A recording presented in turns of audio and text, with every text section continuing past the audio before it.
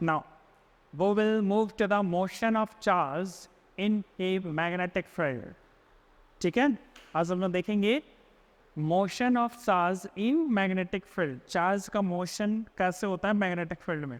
इससे पहले वाला ये भी देखा था ना कि किसी भी चार्ज को अगर हम लोग मैग्नेटिक फील्ड में रखते हैं तो वो लॉरेंज फोर्स उस पर लगता है, ठीक है। और वो लॉरेंज फोर्स का डायरेक्शन हम लोग कैसे निकालते थे, फ्लेमिंग लेफ्ट हैंड रूल से भी निकालते थे या फिर राइट हैंड रूल का भी यूज़ करते थे। कैसे, इन the direction of for finger को किधर रखते थे, जिधर चार्ज का मोशन हो रहा है, यानी कि इन द डायरेक्शन ऑफ करंट को रखते थे। और ये किधर बताता, फोर्स का डायरेक्शन को भी बताता था। कब, जब हम लोग इसका अपना जो हथेली का जो फेसिंग है उसको किधर रखते थे, मैग्नेटिक फील्ड का डायरेक्शन में, ठीक है। तो फिर वो जो ये थंब है वो किधर दिखाता था, डायरेक्शन ऑफ द फोर्स को, ठीक है। तो motion of charge in magnetic field, इसमें दो चीज़ देखेंगे कि अगर हम लोग मान लेते हैं किसी भी, ये मैग्नेटिक फील्ड है, ये हमारा यूनिफॉर्म मैग्नेटिक फील्ड है। Suppose this is our uniform magnetic field,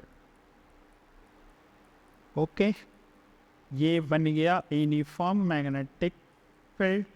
और ये क्रॉस साइन का मतलब क्या हुआ कि इसका डायरेक्शन इनसाइड द बोर्ड है। किधर है, inside the board. Magnetic field का डायरेक्शन किधर है, इनसाइड द बोर्ड है, ठीक है। अब हम क्या करते हैं, किसी चार्ज पार्टिकल को, सपोज हम एक चार्ज पार्टिकल को, किसी पॉजिटिव चार्ज पार्टिकल को हम यहाँ पर प्रोजेक्ट करते हैं और इसका डायरेक्शन देते हैं जस्ट लाइक दिस, ठीक है। इधर इसका डायरेक्शन कर देते हैं, ठीक है। अब बताना है अगर हम इसको इधर डायरेक्शन करेंगे तो करंट का भी डायरेक्शन इधर ही होगा। और इससे पहले वाला थ्योरी के हिसाब से लॉरेंस फोर्स किधर लगेगा, डायरेक्शन ऑफ करंट, और ये हो जाएगा डायरेक्शन ऑफ फोर्स, क्योंकि मैग्नेटिक फील्ड के डायरेक्शन में हम इसका पंप फेसिंग रखें जस्ट, यानी कि डायरेक्शन ऑफ फोर्स किधर लगेगा, ये उधर ऊपर। यानी कि अगर हम इसको ऐसे छोड़ दें, अगर इसको हम ऐसे प्रोजेक्ट करके छोड़ दें, एक्सटर्नल बाहर से इसको कंटिन्यू ऐसे ही रखना नहीं चाहें, हम सिर्फ इसको यहाँ पे छोड़ दें तो ये गोल गोल घूमने लगेगा। कैसे घूमेगा, देखिए, अगर हम इसको यहाँ पे छोड़ दें, ये थोड़ी देर बाद क्या करेगा, ये थोड़ा सा आगे जाएगा तो ये फोर्स डोमिनेट करेगा, क्योंकि ये फोर्स ऊपर की तरफ लग रहा है। तो यानी कि इसको ऐसे सीधे जाने की वजह से इसको क्या करेगा, बाध्य कर देगा वो ऐसे जाने के लिए। जब ये चार्ज यहाँ पहुँचेगा तो इसका डायरेक्शन किधर हो जाएगा, इसका टेंजेंट में ये डायरेक्शन हो जाएगा। इसका ये डायरेक्शन की वजह से क्या करेगा, यहाँ पर फिर से देखिए डायरेक्शन ऑफ करंट, और ये तो इसका फोर्स किधर लग रहा है, इधर, यानी कि फिर से ये मुड़ जाएगा किधर, जस्ट लाइक दिस, ठीक है। फिर अगर चार्ज जब यहाँ पहुँच जाएगा तो फिर इसका फोर्स किधर लगेगा, इधर, क्योंकि इसका डायरेक्शन रहेगा और ये है ना, तो ये उधर जाएगा, यानी कि फिर से ये घूम जाएगा ऐसे, यानी कि फिर यहाँ पे जब पॉजिटिव चार्ज पहुँच जाएगा तो फिर इसका सेंटर की तरफ फोर्स लगेगा। उसी तरीके से ये पूरा एकदम सर्कल बनाते हुए आ जाए, क्योंकि यहाँ पर भी अगर देखा जाए तो यहाँ पर भी फोर्स इधर लगेगा, ठीक है। यानी कि सेंटर की तरफ फोर्स लगने की वजह से ये क्या करेगा, गोल गोल राउंड राउंड घूमेगा, ठीक है। ये क्या करेगा, गोल गोल राउंड राउंड घूमेगा। अब इसका रेडियस कितना होगा, कितना स्पीड से घूमेगा, ठीक है, और इसका टाइम पीरियड क्या होगा, इसका फ्रीक्वेंसी क्या होगा, इसका एनर्जी क्या होगा, ये सारे चीज़ हम लोग इसका नेक्स्ट सेक्शन साइक्लोट्रॉन का जब आएंगे ना उस पर देखेंगे, ठीक है। और इस पे सिर्फ अभी इसको थ्योरी को समझते हैं, इसके बाद हम लोग साइक्लोट्रॉन को पढ़ेंगे, उसमें सारे थ्योरीज को इसका करेंगे कि इसका रेडियस कितना होगा, इसका रेडियस कितना होगा, ठीक है, कितने स्पीड से। अब हम लोग ये देखेंगे कि इसका जो वेलोसिटी है वो उस पे रेडियस पे डिपेंड करता है या नहीं करता है, या फिर इसका जो टाइम पीरियड होगा वो वेलोसिटी पे डिपेंड करेगा कि नहीं करेगा। ये सारे चीज़ को हम देखेंगे और इससे बहुत ही अच्छा चीज़ मतलब सीखने को मिलता है कि ये इसका जो टाइम पीरियड है वो वेलोसिटी पे डिपेंड नहीं करता, ठीक है। इसका टाइम पीरियड जो है वो वेलोसिटी पे डिपेंड नहीं करता, यानी कि इसका टाइम पीरियड हमेशा कांस्टेंट रहेगा, चाहे वो छोटा रहे चाहे बड़ा रहे, ठीक है, वो हमेशा क्या रहेगा, कांस्टेंट रहेगा। टाइम पीरियड जो होता है इसमें क्या रहता है, हमेशा कांस्टेंट रहता है। चलिए नेक्स्ट देखें, ये चीज़ हो गया, यानी कि किसी भी यूनिफॉर्म मैग्नेटिक फील्ड में अगर हम चार्ज को प्रोजेक्ट कर दें, ठीक है, किसी भी, अगर पॉजिटिव चार्ज है तो ऐसा है, अगर नेगेटिव हो तो जस्ट इसको अपोजिट में घूमेगा।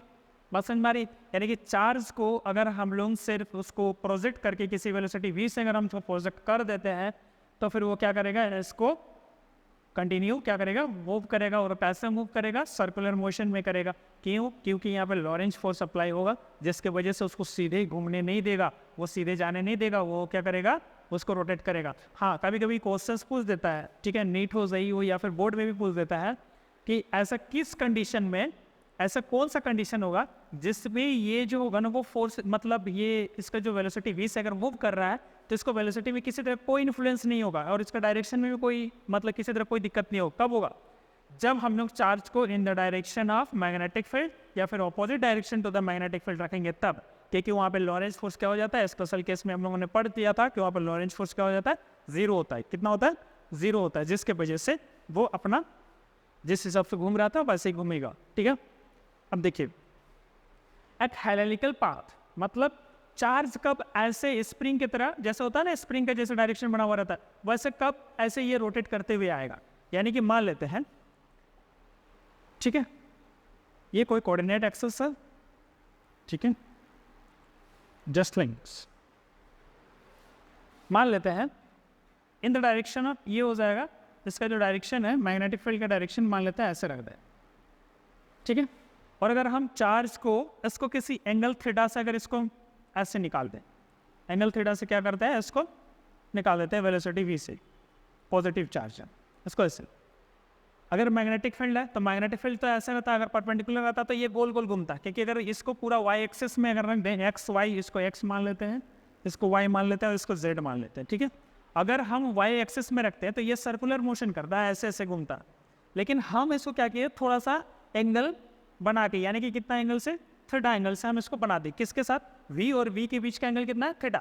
और इससे पहले जो था वो क्या था, परपेंडिकुलर था ना, क्योंकि उसका डायरेक्शन ऐसे था और हम इसको छोड़े थे ऐसे, यानी कि दोनों के बीच का एंगल कितना था, 90 डिग्री। दोनों के बीच का एंगल क्या था, 90 डिग्री। लेकिन वहाँ पे यानी कि मैक्सिमम लग रहा था। अब अगर हम थीटा एंगल बना दें तो वो जो चार्ज है, ये जो चार्ज है वो कैसे मूव करेगा, इसका दो कंपोनेंट होंगे। कौन कौन सा?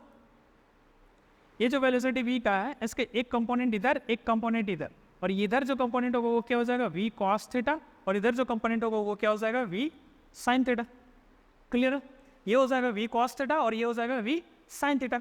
अगर v sin थीटा का वो देखें, v sin थीटा को देखें तो इसके हिसाब से तो एकदम ऐसे घूमना चाहिए, गोल गोल। लेकिन इसके हिसाब से अगर देखें तो ये तो cos थीटा हो गया, यानी कि ये आगे भी जाना चाहिए, ठीक है। इसके हिसाब से क्या होना चाहिए, v cos थीटा यहाँ पे डोमिनेट कुछ तो करेगा ना, तो ये आगे भी जाना चाहिए। और इसके हिसाब से इसका दो कंपोनेंट हो गए, एक आगे जाने वाला और एक गोल गोल घूमने वाला। यानी कि इसको क्या करना होगा, गोल गोल भी घूमना होगा और आगे भी जाना होगा। यानी कि कैसा पाथ बनाएगा, हेलिकल पाथ बनाएगा। यानी कि जस्ट लाइक दिस, यहाँ पे समझ लीजिए ये चार्ज है, ठीक है, इसका मोशन ऐसा है, तो ये क्या करेगा, ऐसे गोल गोल घूमते हुए आगे जाएगा, गोल गोल घूमते हुए क्या करेगा, आगे जाएगा। बात समझ में आ रही है?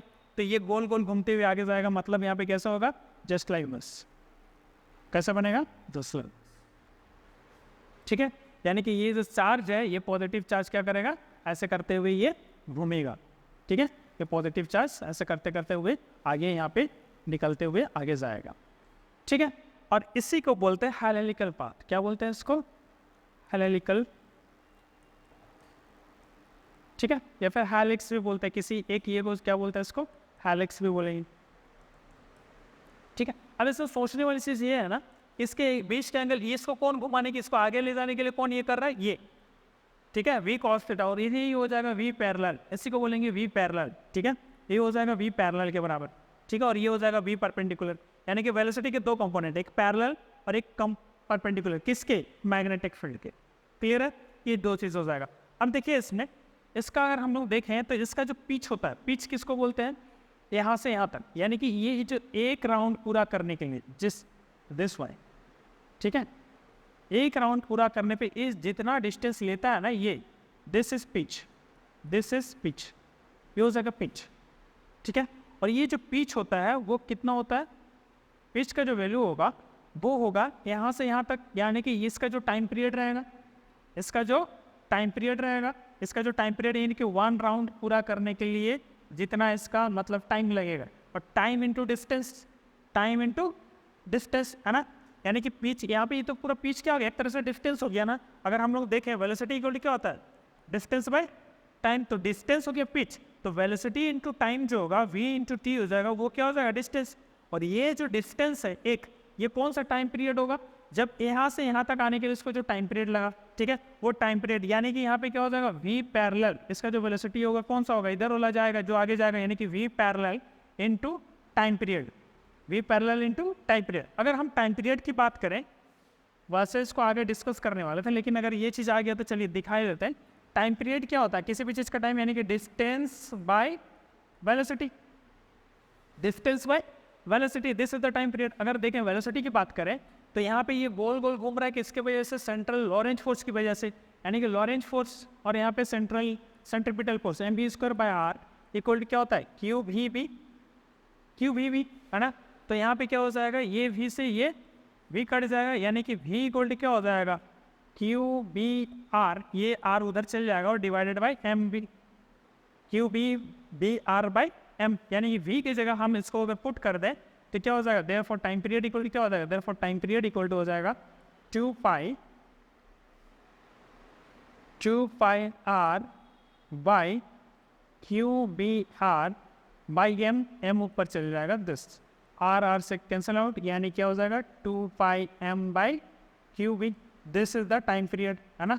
ये हो जाएगा टाइम पीरियड, यानी कि अगर टाइम पीरियड को यहाँ पे ये कर दें, पुट कर दें तो क्या हो जाएगा, यानी कि 2πm/QB into V parallel, this is the pitch, ये हो जाएगा पिच, ठीक है। तो इसका वैल्यू ये आ जाएगा 2πm/QB इंटू V पैरेलल। अगर यहाँ पे देखें तो टाइम पीरियड हम क्या बोले थे, कांस्टेंट होगा। कांस्टेंट क्या होगा, 2 is constant, pi is constant, mass of the charge particle is constant and u, charge of the particles, is constant, and this is b is the external magnetic field, that is also constant, therefore whole time period will be constant. It means क्या हो जाता है कि ये जो time period होगा किसी भी चार्ज पार्टिकल का घूमने का, वो टाइम पीरियड हमेशा कांस्टेंट रहेगा, चाहे उसका रेडियस छोटा रहे चाहे रेडियस बड़ा रहे, वो किस पे डिपेंड करेगा, किसी पे नहीं, वेलोसिटी पे डिपेंड नहीं करेगा, ठीक है, या फिर रेडियस पे भी डिपेंड नहीं करेगा, वो किस पे, वो डायरेक्ट से पूरा का पूरा क्या हो जाएगा, कांस्टेंट वैल्यू आएगा, यानी कि उसका टाइम पीरियड हमेशा